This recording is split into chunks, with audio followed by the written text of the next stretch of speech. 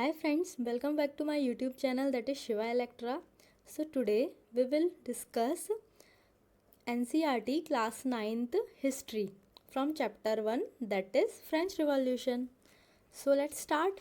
So first मैं आपको introduction देती हूँ कि फ्रेंच रिवॉल्यूशन में कैसे क्या चीज़ें स्टार्ट हुई।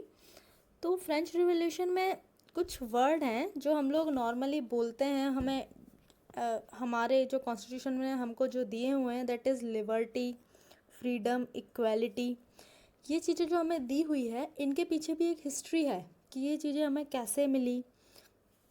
तो हम फ्रेंच रिवॉल्यूशन में देखेंगे कि कैसे जो मोनार्की थी उसका एंड हुआ फ्रांस में, और कैसे लोगों ने अपना गवर्नमेंट स्टार्ट करी दैट इज़ डेमोक्रेटिक गवर्नमेंट। लोगों को कैसे इक्वालिटी मिली, लोगों को कैसे इक्वल राइट मिले, कैसे राइट टू वोट आया, विमेंस को कैसे वोट देने का राइट मिला। ये सब चीज़ें हम लोग फ्रेंच रिवॉल्यूशन में डिस्कस करेंगे। So let's start.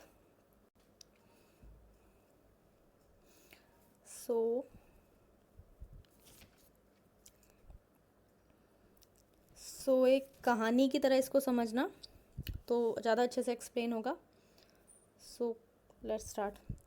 तो क्या हुआ, 14 जुलाई 1789 की मॉर्निंग को क्या हुआ, पेरिस सिटी में क्या हुआ, स्टेट ऑफ अलार्म डिक्लेयर कर दिया। स्टेट ऑफ अलार्म मीन्स जैसे कि हमारे यहाँ दंगे फसाद जो होते हैं तब बहुत सारी पुलिस लगी होती है, तो वो इसी टाइप की सिचुएशन पेरिस में हुई।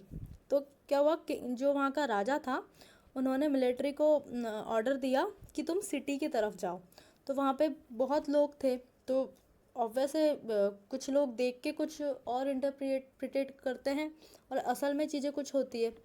तो लोगों ने क्या सोचा कि राजा ने ऐसा ऑर्डर दिया है कि इन लोगों को सीधे गोली से उड़ा दो। तो लोग डर गए। तो लोग कुछ 7,000 जो मैन एंड वुमेन थे वो लोग टाउन हॉल में इकट्ठे हुए और उन्होंने डिसाइड क्या किया, हम लोग लोगों की एक मिलिट्री बनाएंगे। और उन लोगों ने क्या करा, जो गवर्नमेंट बिल्डिंग थी उन सारी बिल्डिंग्स को तोड़ना स्टार्ट कर दिया। जैसे दंगों में लोग बसेस जला देते हैं, ये सब चीज़ें स्टार्ट करना चालू कर दी। ओके। तो फिर क्या हुआ कि इनमें से क्या हुआ, कुछ लोगों का ग्रुप क्या था, वो जो सिटी का जो ईस्टर्न पार्ट था वहाँ चला गया। वहाँ पे क्या हुआ करता था, एक वेस्टिल का किला हुआ करता था, वेस्टिल फोर्ट होता था। तो वेस्टिल फोर्ट में एक जेल होती थी। अब उन्होंने सोचा कि हो सकता है इस जेल में हमें गोला बारूद इस टाइप के कुछ हथियार मिल जाए जिससे हम जो मिलिट्री है उससे लड़ सके। तो उन लोगों ने क्या करा, जो जेल का जो कमांडर होता था वेस्टिल की जेल का, उसको मार डाला। और जो जेल में जो कैदी थे उनको छुड़ा दिया, जो सिर्फ 7 थे न, जिनके नंबर सिर्फ 7 थे। तो लोगों को वेस्टिल के फोर्ट से इतनी ज़्यादा नफरत हुई कि उन्होंने उसको पूरा तोड़ दिया, पूरा तहस नहस कर दिया। और उसके जो प्रीसियस पत्थर थे या स्टोन थे उनको उन्होंने बेच दिया। कहाँ बेच दिया, कुछ लोग होते हैं जिन्हें पुरानी चीज़ें इकट्ठा करने का बहुत शौक होता है, उन लोगों को वो बेच आए कि ठीक है इसे हिस्ट्री की कुछ चीज़ें इस तरीके से लोग रख लेंगे। अब ये सब चीज़ें पेरिस में और आसपास की कंट्री में फैल गई। ऐसा क्यों हो रहा था, ऐसा इसलिए हो रहा था कि बहुत ज़्यादा लोगों को ब्रेड का प्राइस देना पड़ रहा था। जैसे फ्रेंच में क्या होता था, लोग ब्रेड ही खाते थे, उनका जो खाना पीना था ब्रेड वगैरह ऐसा ही होता था। तो लोगों को ब्रेड का बहुत हाई प्राइस देना पड़ता था। इससे क्या होता था कि कई जो गरीब लोग थे उनको खाने के लिए मिल ही नहीं पाता था, और इक्वालिटी नहीं थी। इन्हीं सब चीज़ों को देखते हुए क्या हुआ, इतना ज़्यादा कंडीशन ख़राब हो गई कि जो वहाँ का जो किंग था उसे लोगों ने फांसी पे तक चढ़ा दिया। तो ये सारी कंडीशन क्यों हुई, कैसे क्या हुआ, तो अब हम लोग स्टार्टिंग से पढ़ते हैं। तो लेट्स स्टार्ट।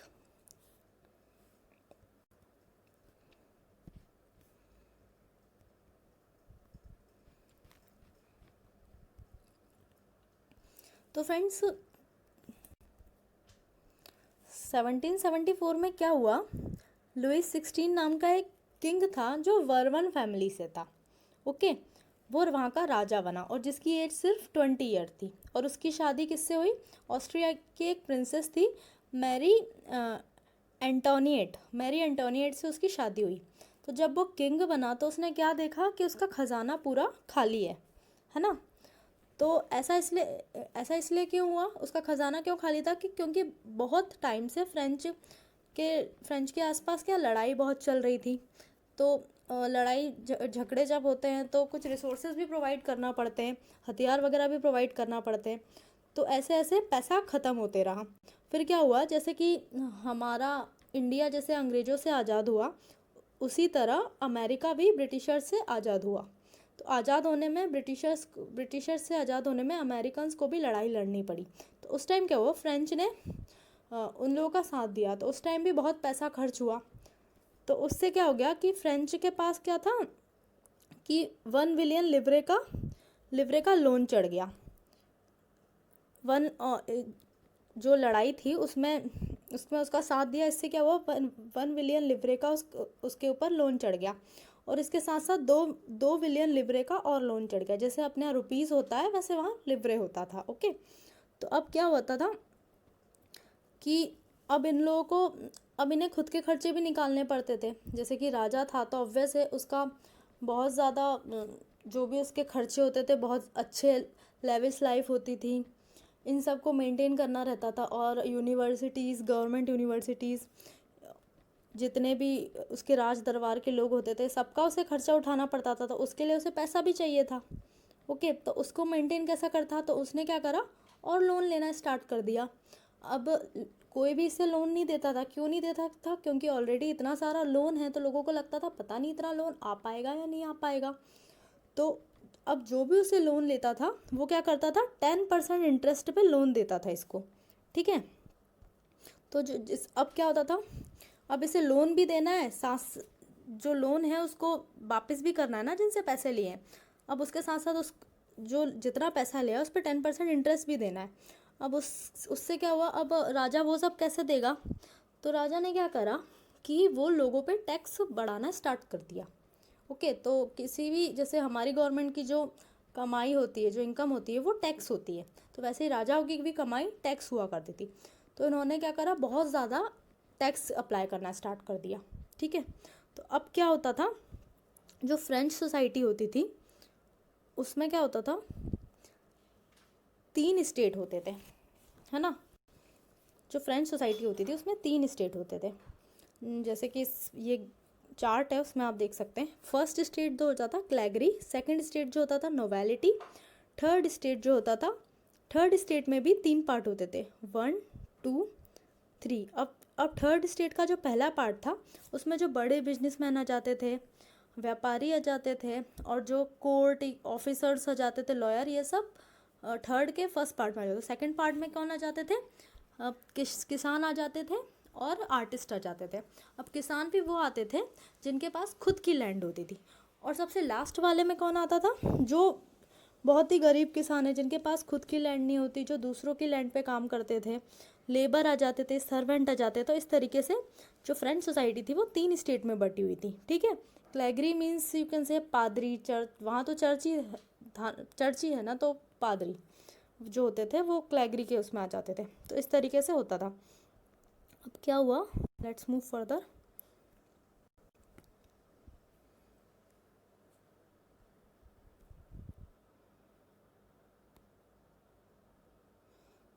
अब क्या हुआ, जो उसमें क्या होता था, अब ये जो पूरी पॉपुलेशन थी ना उस टाइम जो फ्रेंच सोसाइटी की थी, उसमें 90% जो थे फार्मर्स होते थे। अब उन 90% में भी बहुत कम फार्मर होते थे जिनके पास उनकी खुद की लैंड होती थी।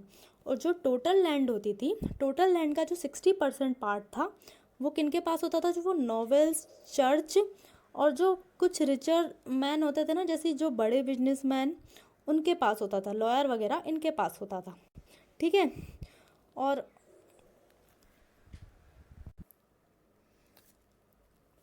अब क्या होता था, जो क्लैगरी और नोवेलिटीज़ जो होते थे उन्हें बाय बर्थ कुछ प्रिविलेजेस मिलते थे।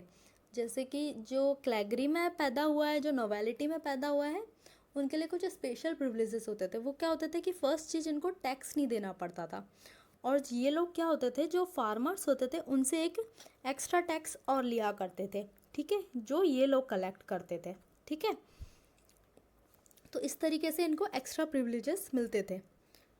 अब क्या होता था, अब जो टैक्स देता था ना वो सिर्फ जो सोसाइटी का थर्ड पार्ट देता था, दैट इज थर्ड स्टेट ही था जो सिर्फ टैक्स देता था। तो सारा बर्डन किसके ऊपर आया? थर्ड स्टेट पे।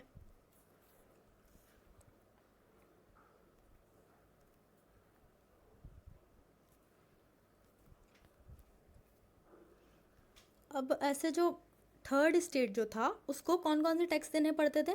फर्स्ट जो टैक्स था दैट इज थिटेज। थिटेज क्या होता था? थिटेज जो होता था एक चर्च था जो एक टैक्स लगाता था, चर्च भी टैक्स लेता था, ठीक है। तो ये जो टैक्स कितना होता था? जितना भी आपका एग्रीकल्चर प्रोड्यूस है, जितनी भी आपकी फसल आई है, उसका 1/10 चर्च को देना पड़ता था, जिसे थिटेज बोलते थे, जिस टैक्स का नाम थिटेज होता था, ओके। और जो सेकंड एक और टैक्स था जो इन लोगों को देना पड़ता था, दैट इज टाइल्स और थिटेज, ओके। तो टाइल्स में क्या होता था? एक ये जो था टाइल्स, डायरेक्ट और इनडायरेक्ट दो टाइप के टैक्स होते थे, है ना। इसमें दो टाइप के टैक्स होते थे, एक डायरेक्ट टैक्स और एक होता था इनडायरेक्ट टैक्स। तो टाइल क्या होता था? जो डायरेक्टली स्टेट को पेड होता था वो टाइल होता था, है ना। तो इस तरीके से लोगों को दो टाइप के टैक्स देना पड़ते थे। इसके साथ साथ जो थर्ड स्टेट वाले जो लोग थे, उन लोगों को, जो लोग टैबैको कंज्यूम करते थे या जो लोग सॉल्ट कंज्यूम करते थे, नॉर्मली सॉल्ट तो हर चीज़ में लगता है, आप सॉल्ट तो बेसिक नीड है, उसके लिए भी इन लोगों को टैक्स देना पड़ता था। तो इससे क्या होता था? सारा बर्डन थर्ड स्टेट के लोगों के ऊपर आ जाता था। अब क्या हुआ? धीरे धीरे ऐसे ऐसे ऐसे कंडीशन चलती रही। अब क्या हुआ? 1715 में क्या था? फ्रेंच की जो पॉपुलेशन थी वो 23 बिलियन थी। अब 1789 में ये 28 बिलियन हो गई। ऑब्वियस है, अब इतनी ज़्यादा पॉपुलेशन बढ़ेगी, लोग बढ़ेंगे, तो लोगों को उतना खाने के लिए भी चाहिए। बट क्या था? फूड प्रोडक्शन इतना नहीं था। लोग खाने वाला ज़्यादा थे बट खाना कम था। और क्या होता था? जो लोग फैक्ट्री में काम करते थे, जो भी वर्कर्स काम करते थे, देखो क्या था, सपोज़ करो जैसे कि मेरे पास कोई चीज़ कम है, तो ऑब्वियस है मैं उस चीज़ को ज़्यादा पैसों में बेचूंगी। अगर मेरे पास वो चीज़ ज़्यादा है तो मैं उस चीज़ को सस्ता बेचूंगी, और अगर वो मेरे पास चीज़ कम है तो वो प्रीशियस है मेरे लिए, तो मैं उसे बहुत महंगा बेचूंगी। इस तरीके से क्या होता था? जो फूड ग्रेन्स था, जैसे कि जो कि ब्रेड होती थी इनके लिए, वो ब्रेड बहुत महंगी होती थी, कई लोगों को खाने के लिए नहीं मिल पाता था, तो वो बहुत महंगी बिकती थी। अब क्या होता था कि महंगाई बढ़ रही है तो लोगों की इनकम भी बढ़ना चाहिए, लोग कैसे कैसे अपना खर्चा चलाएंगे। बट क्या होता था? जो फैक्ट्री में वर्कर्स काम करते थे ना, उन लोगों की इनकम उतनी की उतनी थी, उन लोगों की इनकम नहीं बढ़ी थी। तो इस तरीके से क्या होता था? वो अपना खर्चा चला नहीं पाते थे। सपोज़ करो आपको पॉकेट मनी मिलती है 50 रुपीज़ की, और 50 रुपीज़ में आपका सारा जो भी आइटम आपको चाहिए होता है सब आ जाता है। और ऐसा हुआ एकदम से, जो जो आपका एसेंशियल आइटम है उसके प्राइस बहुत ज़्यादा हाइक हो गए। सपोज़ करो वो जो प्राइस है वो 100 रुपीज़ में आने लगे। अब पर आपको जो पॉकेट मनी है वो सिर्फ 50 ही रही, तो आप उस चीज़ को कैसे बाय कर पाओगे? नहीं कर पाओगे बाय। आपकी जो एसेंशियल चीज़ें थी आप उसे भी नहीं खरीद पा रहे। तो सेम चीज़ें वर्कर्स के साथ हो रही थी।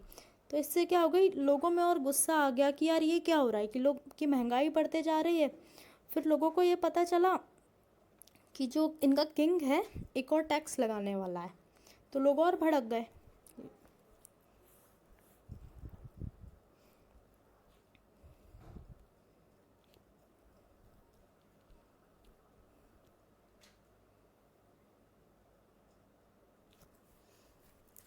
अब क्या होता था? कई बार ऐसा भी होता था, सपोज़ करो कई बार सूखा पड़ गया, या फिर फ्रेंच है तो फिर कई बार बर्फ़ इतना ज़्यादा गिर गई कि फसल नहीं हो पाई, तो बैड हार्वेस्टिंग हुई। बैड हार्वेस्टिंग से क्या हो गया कि हमारे पास जो फूड ग्रेन्स था वो कम इस बार अवेलेबल हुआ। अब कम हुआ तो जो बहुत गरीब लोग हैं वो ब्रेड खरीद ही नहीं पाए, तो वो खाना ही नहीं खा पाए।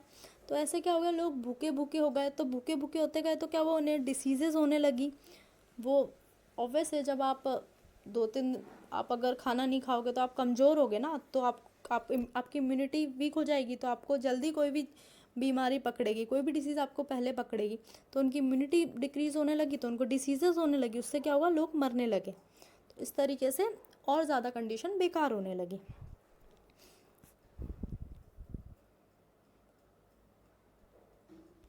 अब क्या हुआ, जो थर्ड जो स्टेट था उसमें जो किसान थे, जो किसान और वर्कर्स थे, वो क्या करने लगे, वो लड़ने लगे, रिवॉल्ट करने लगे। जो टैक्स इंक्रीज़ होने लगता था और जो फूड स्कैरिसिटी थी, जो खाने के लिए भुखमरी थी, और जो इंक्रीजिंग टैक्स था उसको अपोज में लोग लड़ने लगे। बट उनके पास क्या था, इतने रिसोर्सेज नहीं होते थे, तो उनकी कोई सुनता नहीं था। तो अब क्या करा, ये जिम्मेदारी किसने ली, जो जो अच्छे लोग थे, जो पढ़े लिखे थे, जो एजुकेटेड थे, उन लोगों ने ये जिम्मेदारी ली कि हम लोग इस चीज़ों को ठीक करेंगे। ठीक है। तो 18th सेंचुरी में क्या हुआ, 18th सेंचुरी में क्या हुआ, सोशल ग्रुप्स का इमर्जेंस हुआ। ठीक है। जो मिडिल क्लास हुआ करती थी, वो क्या हुआ, उन्होंने अपना बिजनेस एक्सपांड करना स्टार्ट कर दिया, उन्होंने बाहर से ट्रेड करना स्टार्ट कर दिया। जो वहाँ जो वुलन और सिल्क था, वो अमीर लोगों को बेचना स्टार्ट कर दिया। तो उससे क्या हो गया, उनके पास ज़्यादा पैसे आ गए, तो वो अमीर बनते गए, है ना। तो थर्ड, इनमें कौन कौन, अब जो थर्ड स्टेट था,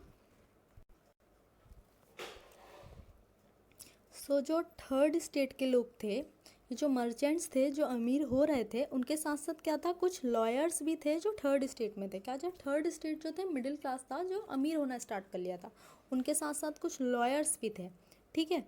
तो क्या हुआ, अब जो एजुकेटेड थे, उन लोगों का मानना ये था कि लोगों को जो राइट्स हैं वो उनका वर्थ के अकॉर्डिंग नहीं देना चाहिए, उनकी क्वालिटी के अकॉर्डिंग देना चाहिए। मतलब जो भी उनके राइट्स होने चाहिए, जो भी उन्हें प्रिविलेजेस मिलते हैं, वो उन्हें बाय बर्थ नहीं मिलने चाहिए। सबके लिए इक्वल लॉ होना चाहिए, इक्वल फ्रीडम होनी चाहिए, सबको इक्वल अपॉर्चुनिटीज़ होनी चाहिए, ऐसा उन लोगों का मानना था। ठीक है। तो इस टाइम क्या हुआ, फेमस फेमस फिलोसफर्स आए, उन सभी का यही सोचना था कि सबके लिए इक्वालिटी होनी चाहिए। तो कुछ फिलोसफर्स थे, जैसे कि जॉन लॉके था, और जीन जैक्वेस रोशे था। तो ऐसे कुछ फिलोसफर्स आए जिनका भी यही सोचना था। ठीक है। अब क्या हुआ कि एक फिलोसफर थे, उन्होंने एक बुक लिखी, the spirit of law. The spirit of laws में उन्होंने क्या लिखा कि जो जितनी भी पावर्स हैं वो 3 पार्ट में डिवाइड होना चाहिए। कौन कौन सी, लेजिस्लेटिव, एग्जीक्यूटिव, जुडिशरी। ठीक है। अब क्या होता था, उस टाइम जब ये लोग सफ़र कर रहे थे, उस टाइम जो यूएसए था वो ब्रिटिश से आज़ाद हो चुका था। उन्होंने अपना एक डेमोक्रेटिक गवर्नमेंट अडॉप्ट कर ली थी, और उनका जो था जुडिशरी इसी तरीके से चलता था, लेजिस्लेटिव, एग्जीक्यूटिव, जुडिशरी, इसी तरीके से तीनों चीज़ें जो थी पावर में इसी तरीके से थी। तो लोगों को के लिए यूएसए उस टाइम आइडियल था। तो लोग सोचते थे कि हम भी यूएसए की तरह बने और हमारे देश में भी डेमोक्रेसी आए, सबको इक्वल राइट ले। तो लोगों के लिए आइडियल जो था यूएसए होता था। तो कुछ फिलोसफर्स आए जिन्होंने यूएसए से कंपेयर करा कि काश हमारा भी ऐसा होता। तो लोगों ने इसके लिए बहुत कोशिश करी अच्छी कंडीशंस लाने की। अब क्या हुआ कि जो फिलोसफर्स थे, इनकी जो थिंकिंग थी कि सबके लिए इक्वल अपॉर्चुनिटीज़ होना चाहिए, इक्वालिटी होना चाहिए, लिबर्टी होना चाहिए। अब इनकी जो थिंकिंग प्रोसेस थी, जो भी इनका सोचना था, उसको स्प्रेड करने के लिए इन लोगों ने क्या करा कि जो भी कॉफ़ी हाउसेस थे, जहाँ जहाँ सपोज़ बार्बर, बुक शॉप या फिर लाइब्रेरी, वहाँ पे इन्होंने क्या करा, अपने थॉट्स तो थे फैलाना चालू कर दिया, लोगों से इस बारे में डिस्कस करना चालू कर दिया। जिससे क्या हुआ, और लोग भी अवेयर हुए इस बारे में। फिर लोगों को लगा कि हाँ ऐसा हो तो कितना अच्छा हो सकता है। अब क्या होता था, न्यूज़पेपर में इस सब के बारे में बातें होने लगी, और जो लोग पढ़ नहीं पाते थे उन लोगों को तेज तेज पढ़ के सुनाया जाता था यही सारी चीज़ें, जिससे लोगों को समझ में आ गई कि क्या, हाँ हमें भी ऐसी चीज़ें चाहिए, हमें भी इक्वालिटी चाहिए। धीरे धीरे ये सारी चीज़ें लोगों के अंदर आने लगी कि हाँ हमें इन चीज़ों की ज़रूरत है। अब ये सारी न्यूज़ जो लुईस 16 जो किंग था वहाँ का, वहाँ तक भी उसके पास भी पहुँच रही थी। तो उसने फर्दर टैक्स लगाने का सोचा क्योंकि उसको अपने प्रिविलेजेस चाहिए थे जो हो नहीं पा रहे थे। तो उसने सोचा क्यों ना मैं फर्दर टैक्स इम्पोज कर दूँ इनके ऊपर। तो फ्रेंड्स, हाँ आज तक के लिए इतना ही। नेक्स्ट हम कल के सेशन में स्टार्ट करेंगे। सो फ्रेंड्स, अगर आपको मेरा ये जो भी मैंने एक्सप्लेन किया है आपको पसंद आया हो तो प्लीज़ आप इसको लाइक करें, शेयर करें, सब्सक्राइब करें। और अभी तक किसी ने सब्सक्राइब नहीं किया है, जो लोग मेरे चैनल पे न्यू हैं, सो प्लीज़ वो लोग इसे सब्सक्राइब कर दें और प्लीज़ इसे शेयर करना मत भूलना। Thank you.